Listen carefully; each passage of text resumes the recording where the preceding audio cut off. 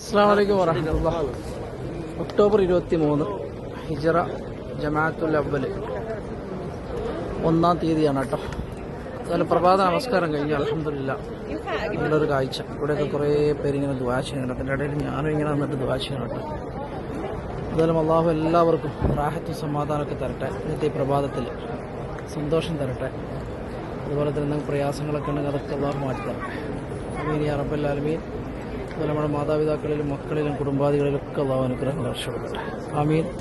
അതുപോലെ നമ്മുടെ ഇടയിൽ കുറേ ആൾക്കാർ രോഗികളായിട്ടുള്ളവരൊക്കെ ഉണ്ട്. പഠിച്ചാൽ അവരുടെയൊക്കെ രോഗങ്ങളിലൊക്കെ അള്ളാഹു കാമിലാശിപ്പ് നൽകട്ടെ. ആമീൻ യാ റബ്ബൽ ആലമീൻ. പല ബുദ്ധിമുട്ടുകൾ കൊണ്ട് പ്രയാസപ്പെടുന്ന ഒരുപാട് മനുഷ്യരുണ്ട് നമ്മുടെ ഇടയിൽ.